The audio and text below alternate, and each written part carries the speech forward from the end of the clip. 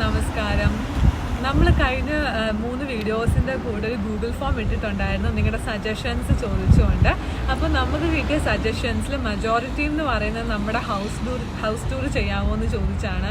പിന്നെ അതുപോലെ തന്നെ ഇവിടെ ഒരു മലയാളിക്ക് വീട് വാങ്ങിക്കാൻ സാധിക്കുമോ, നമ്മുടെ ഒരു സബ്സ്ക്രൈബർ കമൻറ്റ് ചെയ്യുകയും ചെയ്തായിരുന്നു അത്. അതുപോലെ എങ്ങനെയാണ് ഇവിടുത്തെ വീടുകൾ അതൊന്ന് കാണിക്കാമോ എന്നൊക്കെ ചോദിച്ചുള്ള സജഷൻസ് കിട്ടി. നമ്മൾ ഇന്ന് കാണിക്കാൻ പോകുന്നത് നമ്മുടെ വീടല്ല, നമ്മുടെ ഒരു ഫ്രണ്ടിൻ്റെ വീടാണ്. അവർ ഈ ഇടയ്ക്ക് ഒരു വീട് മേടിച്ചു ജർമ്മനിയിൽ. അപ്പം ഈ വീഡിയോയിലൂടെ ഞങ്ങൾ കാണിക്കാൻ ഉദ്ദേശിക്കുന്നത് ഒരു മലയാളി എങ്ങനെയാണ് ജർമ്മനിയിൽ വീട് മേടിച്ചതിനെ കുറിച്ചാണ്. അപ്പോൾ എല്ലാവർക്കും ഒരു ഹൗസ് ടൂർ ബ്ലോഗിലേക്ക് സ്വാഗതം. ഇതാണ് നമ്മൾ കാണാൻ പോകുന്ന വീട്, ആൻസിലും ജേക്കബിൻ്റെ വീട്. നിങ്ങൾ ഈ വീട് കണ്ടോ? ഈ സ്ട്രീറ്റിൽ എല്ലാ വീടും ഒരേപോലെയാണ് ഇരിക്കുന്നത്, ഇടയ്ക്കൊന്നും ഒരു ഗ്യാപ്പും ഇല്ല, എല്ലാം ഇങ്ങനെ ഒട്ടിച്ചൊട്ടിച്ച് വെച്ചിരിക്കുന്ന പോലെ ഇരിക്കുന്നത്.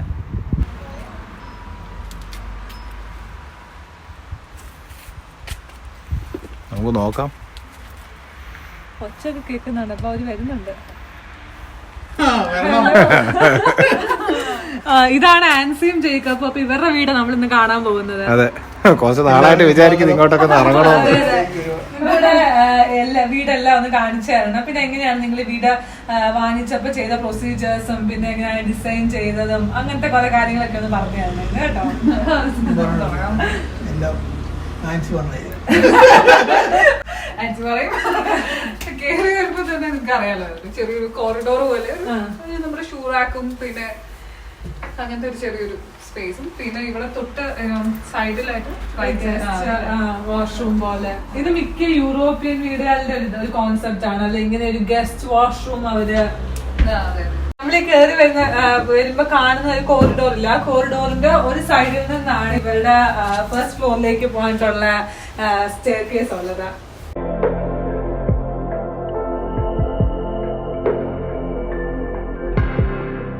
കോറിഡോർ കഴിഞ്ഞ് നമ്മൾ വരുന്നത് ഒരു ഹോളിലോട്ടാണ്. ഇവിടെ ഒരു ഓപ്പൺ ഏരിയ കോൺസെപ്റ്റ്, ഡ്രോയിങ് റൂമും അതുപോലെ ഡൈനിങ് റൂമും കമ്പൈൻ ചെയ്ത്. എന്തുകൊണ്ടാണ് അപ്പൊ അങ്ങനെ ഓപ്പൺ ഏരിയ കോൺസെപ്റ്റിൽ ഡിസൈൻ ചെയ്തത്? നമ്മള് ഫ്രണ്ട്സ് എല്ലാവരും വരുമ്പോഴും ഇവിടെ ഇരുന്ന് ഫുഡ് കഴിക്കാം, അവർക്ക് തന്നെ ഇരുന്ന് ടി വി കാണാം, അങ്ങനെ എല്ലാവർക്കും ഒരു സ്ഥലത്ത് തന്നെ ഇരുന്ന് എല്ലാം ചെയ്യാം.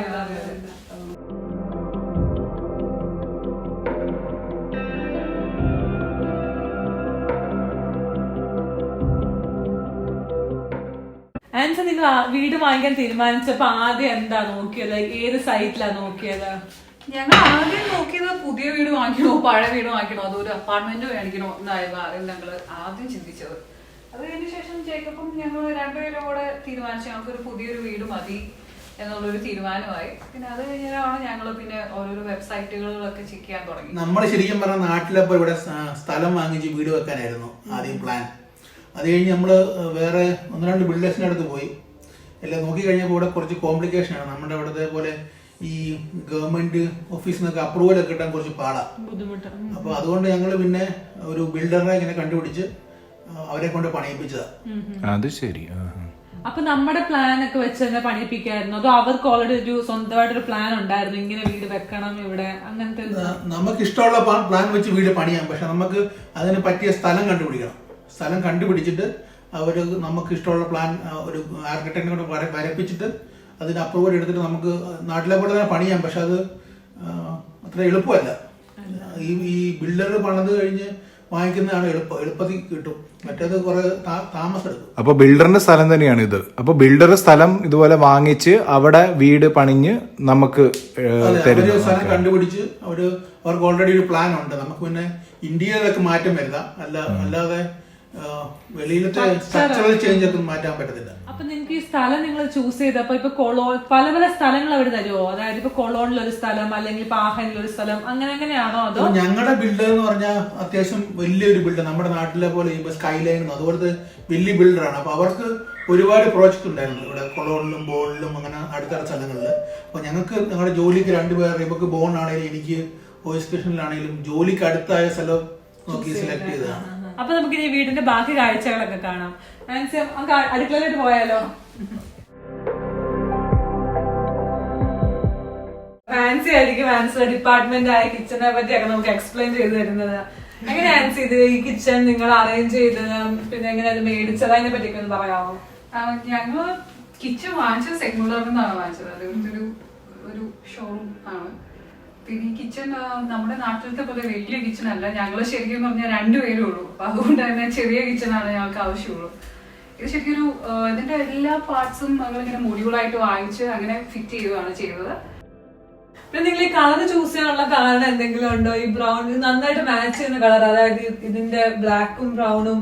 അപ്പം ഇതെങ്ങനെ നിങ്ങൾ പോയി ചൂസ് ചെയ്യുമായിരുന്നോ അതോ?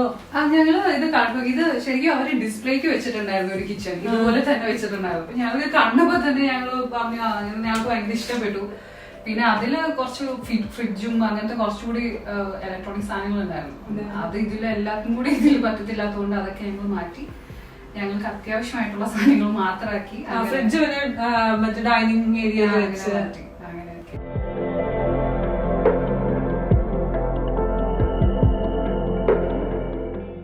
മുകളിലത്തെ ഫസ്റ്റ് ഫ്ലോറിലൊക്കെ ഒന്ന് കണ്ടേച്ച് വരാം. ഈ മുകളിലത്തെ ഫസ്റ്റ് ഫ്ലോറിൽ ഞങ്ങൾ ആകെ 2 ബെഡ്റൂമും പിന്നെ ഒരു ബാത്റൂമും ആണ് ഞങ്ങൾക്കുള്ളത്. അതിൽ ഒരെണ്ണം ഞങ്ങളുടെ മാസ്റ്റർ ബെഡ്റൂമാണ്, പിന്നെ ഒരെണ്ണം ഗസ്റ്റ് റൂമാണ്. അപ്പൊ ആദ്യം മാസ്റ്റർ ബെഡ്റൂമിൽ പോയി കാണാം അല്ലേ? അതെ.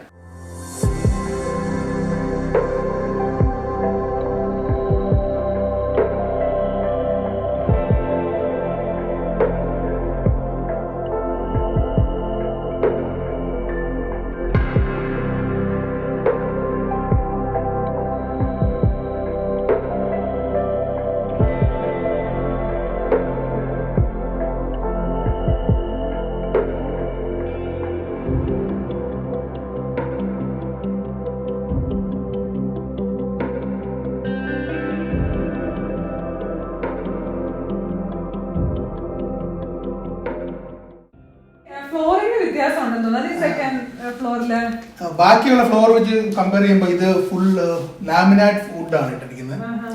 നമ്മുടെ നാട്ടിലെ ഒരു രീതി പോലെ തേക്കിന്റെ പാനലിംഗ്. പിന്നെ ഈ റൂം എന്ന് പറയുകയാണെങ്കിൽ ഇത് ശരിക്കും 2 റൂം ആക്കാം.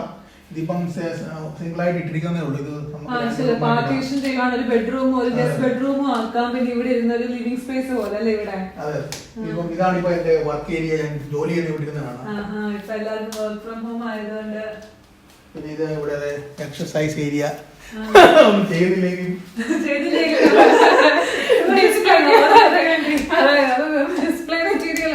പിന്നെ ഡയറക്റ്റ് വെളിയിലേക്കാണല്ലോ ബാൽക്കണി. ഇവിടുന്ന് അങ്ങോട്ട് ആക്സസ് ഉണ്ട്. അതെ, ഇവിടുന്ന് അടിപൊളി വ്യൂ ബാൽക്കണിയിലോട്ട് അല്ലേ?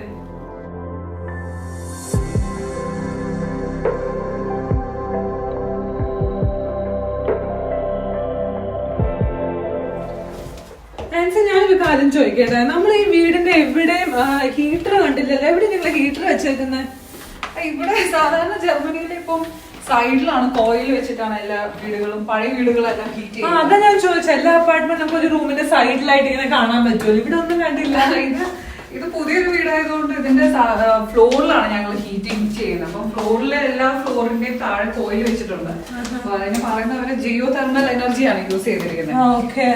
അത് ആ പ്രോസസ് എന്ന് പറഞ്ഞാൽ ഭൂമിയുടെ അടിയിലോട്ട് അവര് വെള്ളം പമ്പ് ചെയ്തിട്ട് ആ വെള്ളമാണ് ഹീറ്റ് ചെയ്യുന്നത്. അപ്പൊ ഒത്തിരി എഫിഷ്യൻസി ഭയങ്കര കൂടുതലായിരിക്കും അല്ലേ മറ്റേ വെച്ച് കമ്പയർ ചെയ്യുമ്പോ? അത് കെല്ലറിലാണ് അതിന്റെ ബാക്കിയുള്ള അതെ അതെ.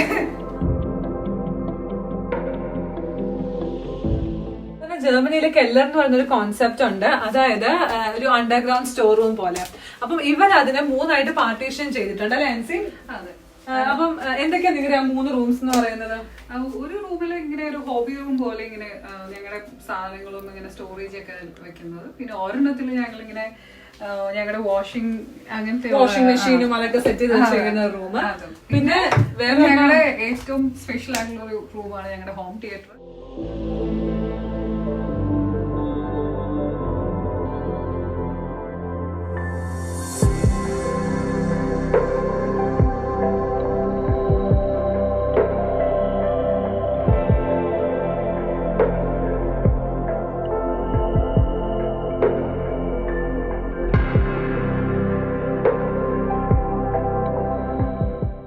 നമ്മളപ്പോ ആദ്യം അവരോട് ചോദിച്ചായിരുന്നു എങ്ങനെയാണ് അവർ ബിൽഡറിനെ കണ്ടുപിടിച്ചതും പിന്നെ ഈ സ്ഥലം എങ്ങനെയാണ് കണ്ടുപിടിച്ചതെന്നൊക്കെ അവർ നമുക്ക് പറഞ്ഞു തന്നു.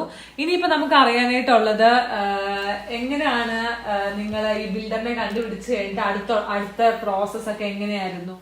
ഈ ബിൽഡറിനും അല്ല, നമുക്കൊരു വീട് നമുക്ക് ഇഷ്ടപ്പെട്ട് കണ്ടുപിടിച്ചു കഴിഞ്ഞാൽ ആദ്യമായിട്ട് വേണ്ട നമുക്ക് ഫിനാൻസ് ശരിയാക്കണം. അതിനിപ്പം നമ്മൾ ബാങ്കിന്റെ അടുത്ത് പോകണം. നമുക്കിപ്പം ഇവിടെ നമുക്ക് ബാങ്ക് ഉണ്ടല്ലോ, ആ ബാങ്കിന്റെ അടുത്തായിരിക്കും നമുക്ക് കൂടുതൽ നല്ല ഈ ഓഫർ കിട്ടുക. അതുപോലെ തന്നെ വേറെ പല ബാങ്കുകളിൽ ചെന്ന് കണ്ടിട്ട് അവരുടെ ഈ ഓഫറൊക്കെ കമ്പയർ ചെയ്യണം. കമ്പയർ ചെയ്തിട്ട് ഫിനാൻസ് നമ്മൾ ശരിയാക്കണം നമ്മുടെ വീടിന് വേണ്ടിയുള്ളത്. അതിനകത്തിപ്പം PR ഉണ്ട്, അല്ലെങ്കിൽ രണ്ടുപേർക്കും ജോലിയൊക്കെ ഉണ്ടെങ്കിൽ നല്ല ഓഫർ കിട്ടും. അല്ലെങ്കിൽ നമ്മൾ ഒരു 10% അല്ലെങ്കിൽ 20% ഡൗൺ പേയ്മെന്റ് കൊടുക്കണം, നാട്ടിലെ പോലെ തന്നെ. അപ്പൊ അങ്ങനെ കൊടുത്തു കഴിഞ്ഞു കഴിഞ്ഞാൽ നമുക്ക് വീണ്ടും കുറച്ചുകൂടെ നല്ല ഓഫർ കിട്ടും. മെയിൻ ആയിട്ട് നമുക്ക് PR ഉണ്ടായിരിക്കണം അല്ലെ എപ്പോഴും, അതുണ്ടെങ്കിൽ നല്ലതായിരിക്കും. പൊതുവെ ഇപ്പൊ ഞങ്ങൾ അന്വേഷിച്ച ബാങ്കിലെല്ലാം PR വേണമെന്നായിരുന്നു. ആൻസിക്ക് PR ഉണ്ടായില്ല ഞങ്ങൾ എടുത്തപ്പോൾ. പക്ഷെങ്കിൽ അത് ഈ ഡോയ്ച്ചെ ബാങ്കിന് മാത്രമേ ഉള്ളായിരുന്നു. ബാക്കി എല്ലാ ബാങ്കുകളും രണ്ടുപേർക്കും PR വേണമെന്നായിരുന്നു പറഞ്ഞിരുന്നത്. പക്ഷെ അല്ലാതെ കിട്ടാൻ ചാൻസ് ഉണ്ട്. മിനിമം ഒരാൾക്കെങ്കിലും PR വേണം. ഓക്കെ. എനിക്ക് തോന്നുന്നു ഇപ്പൊ നമ്മുടെ ഇൻട്രസ്റ്റ് റേറ്റ് വളരെയധികം കുറവാണ്. നമ്മൾ വാങ്ങിച്ചതിനേക്കാളും ഒത്തിരി കുറഞ്ഞിട്ടുണ്ട് ഇപ്പം കൂടുതൽ പേര് വീണ്ടും വീട് വാങ്ങിക്കുന്നുണ്ട്. കാരണം ഇൻട്രസ്റ്റ് റേറ്റ് ഇപ്പം വീണ്ടും കുറഞ്ഞു. പക്ഷെ ഇപ്പൊ വീടിന്റെ വില വീണ്ടും കൂടിക്കൊണ്ടിരിക്കുകയാണ്. എല്ലാവരും വാങ്ങിക്കുന്നതുകൊണ്ട് ഡിമാൻഡ് കൂടി. റെന്റ് കൊടുക്കുന്ന വെച്ച് നോക്കുമ്പോൾ വാങ്ങിക്കുന്നത് തന്നെയാണ് നല്ലത്. നിങ്ങൾ ഫിനാൻസിങ്ങിനെ പറ്റി പറഞ്ഞു, എങ്ങനെയായിരുന്നു കാര്യങ്ങളിലൊക്കെ. അപ്പൊ അത് കഴിഞ്ഞിട്ട് നിങ്ങൾ എന്തുവാ ചെയ്തത്? ഈ ഗവൺമെന്റ് പ്രൊസീജിയേഴ്സ് അങ്ങനെയൊക്കെ കാണത്തില്ലേ വീട് മേടിക്കുമ്പോ? അത് നമ്മുടെ നാട്ടിലെ പോലെ തന്നെ സിമിലർ പ്രൊസീജിയർ ആണ് ഇവിടെ നമ്മള് നോട്ടറി എടുക്കണം, അപ്പോയിന്റ്മെന്റ് എടുക്കണം. എന്നിട്ട് നമ്മള് ഈ ബാങ്കിൽ നിന്ന് കിട്ടിയ ഈ ഫിനാൻസിന്റെ കൺഫർമേഷൻ നോട്ടറി അവിടെ കൊടുക്കണം. അത് ഈ നോട്ടറി ഒരു കോൺട്രാക്ട് ഉണ്ടാക്കും. കോൺട്രാക്ട് ഉണ്ടാക്കിയിട്ട് ബിൽഡറും നമ്മളും പോയിട്ട് സൈൻ ചെയ്യുന്നു. അത് പിന്നെ നമ്മുടെ നാട്ടിലെ പോലെ ഇവിടെ സ്റ്റാമ്പ് ഡ്യൂട്ടി ഉണ്ട്. അപ്പൊ ഇവിടെ ഒരു 10% സ്റ്റാമ്പ് ഡ്യൂട്ടി വരും ഈ പ്രോപ്പർട്ടി പ്രൈസിന്റെ. അത് ഡിപ്പെൻഡ് ചെയ്യും സ്റ്റേറ്റുമായിട്ട്. ഓരോ സ്റ്റേറ്റിലും ഓരോ വ്യത്യാസമുണ്ട്. അത് ഒരു 10% നമ്മൾ സ്റ്റാമ്പ് ഡ്യൂട്ടി ആയിട്ട് കൊടുക്കണം. നോട്ടറിൽ മിക്കപ്പോഴും ഒരു നിശ്ചിത സമയം തരും അവര്. അതായത് ഈ ബിൽഡർ ഇന്ന സമയത്തിനുള്ളിൽ ചെയ്തു തരണം എല്ലാ കാര്യങ്ങളും ഉണ്ട്. അപ്പം അതുകൊണ്ട് തന്നെ ഓരോരോ ഫേസസിലായിട്ടായിരിക്കും നമ്മൾ എപ്പോഴും കാശ് കൊടുക്കുന്നത്. അത് ആദ്യമേ തന്നെ ഫുൾ എമൗണ്ട് പേ ചെയ്യേണ്ട കാര്യമില്ല. അതെനിക്ക് തോന്നുന്നു ബാങ്ക് നമുക്കും കൺഫർമേഷൻ എന്തോ തരുമായിരുന്നു. ഇപ്പൊ നമ്മളിപ്പോ ഇവരൊരു പണി തീർത്തു, അതായത് ഔട്ട്ലത്തെ പണി തീർത്തു, അപ്പൊ നമ്മൾ ഇത് ഇത്ര കാശ് കൊടുക്കണം. പിന്നെ അവർ ഇന്റീരിയറിൽ പണി, ഫ്ലോറിംഗ് ഒക്കെ തീർത്താൽ ഇത്ര രൂപ, ഗാർഡന്റെ പണി തീർത്താൽ ഇത്ര രൂപ, പിന്നെ വീട് നമ്മൾ ഹാൻഡ് ഓവർ ചെയ്യുമ്പോൾ ഇത്ര രൂപ. പിന്നെ ഹാൻഡ് ഓവർ ചെയ്ത് കഴിഞ്ഞ് നമുക്ക് എന്തെങ്കിലും പ്രശ്നങ്ങൾ പറ്റിക്കഴിഞ്ഞാൽ അത് അവർ ക്ലിയർ ചെയ്യണം. അതെല്ലാം ക്ലിയർ ചെയ്ത് കഴിഞ്ഞാൽ ഫുള്ള് കാശ് കിട്ടുള്ളൂ. അപ്പൊ ഈ വർഷം ഡ്യൂറേഷൻ ആരാ സെലക്ട് ചെയ്യുന്നത്? ബിൽഡർ പറയുവാണ് നമ്മളോട് നമ്മുടെ പ്ലാൻ കണ്ടിട്ട്, അതോ നമ്മൾ ബിൽഡറിനോട് പറയുവാണ് ഇത്ര വർഷത്തിനുള്ളിൽ ഞങ്ങൾക്ക് പണി ചെയ്തതായി? അല്ല, അവര് തന്നെ സാധാരണഗതിയിൽ ബിൽഡറിന് ഒരു പ്ലാൻ ഉണ്ടാകും. ഇത്ര സമയത്തിനുള്ളിൽ അവര് തീർക്കുമെന്ന്. ഇപ്പൊ അതൊരു കോൺട്രാക്ട് എഴുതും. അപ്പൊ അതാണ് നമ്മൾ സൈൻ ചെയ്യേണ്ടത്. ഇപ്പൊ നമുക്കും അതിനകത്ത് സാധാരണഗതിയിൽ അവർക്ക് അതൊക്കെ സ്റ്റാൻഡേർഡ് സമയമാണ്. 1 വർഷം 1.5 വർഷം എന്നൊക്കെയാണ്. അപ്പം ഈ വീടിന്റെ സ്ട്രക്ചർ എല്ലാം ഫുൾ പണിത് കഴിഞ്ഞു. ഇന്റീരിയർ ഒക്കെ എങ്ങനെയാ ചെയ്തത്? നിങ്ങൾ തന്നെയാണോ അത് ആരെങ്കിലും ഏൽപ്പിക്കുമായിരുന്നോ? എങ്ങനെയായിരുന്നു അതിന്റെ പ്രൊസീജിയേഴ്സ് ഒക്കെ? അത് ആക്ച്വലി 2 ഓപ്ഷനുണ്ട്. അതായത് ഈ ബിൽഡറിനെ കൊണ്ട് തന്നെ മുഴുവൻ എല്ലാം കംപ്ലീറ്റ് ആക്കി നമുക്ക് കീ ഹാൻഡ് ഓവർ തരും. അല്ലെന്നുണ്ടെങ്കിൽ പറഞ്ഞ പോലെ സ്ട്രക്ചർ മാത്രം കംപ്ലീറ്റ് ചെയ്തിട്ട് തരും. ഞങ്ങൾ ഈ പറഞ്ഞ പോലെ സ്ട്രക്ചർ മാത്രം കംപ്ലീറ്റ് ചെയ്തിട്ട് വാങ്ങിക്കുകയാണ് ചെയ്തത്. അപ്പോൾ തന്നെ ഞങ്ങൾക്ക് ഇഷ്ടമുള്ള ഫ്ലോറിങ്ങും പെയിന്റിങ്ങും ലൈറ്റ്സും എല്ലാം ഞങ്ങൾ തന്നെ ചൂസ് ചെയ്ത് ഞങ്ങൾ തന്നെ അത് മുഴുവൻ ചെയ്തത്. അതായത് ഇവിടെ ഈ മാനവേഴ്സ് ഭയങ്കര കൂടുതലാണ്. അതുപോലെ പിന്നെ ഭയങ്കര കോസ്റ്റ്ലി ആണ് ഇമാര് എന്തെങ്കിലും പണി ചെയ്ത് കഴിഞ്ഞാൽ.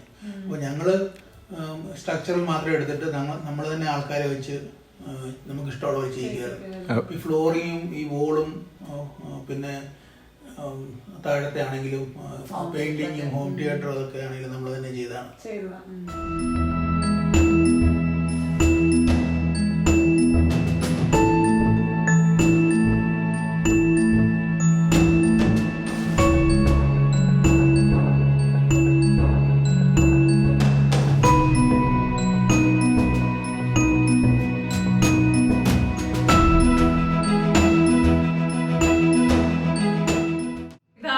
എന്റെയും ജേക്കബിന്റെയും സ്വർഗരാജ്യം.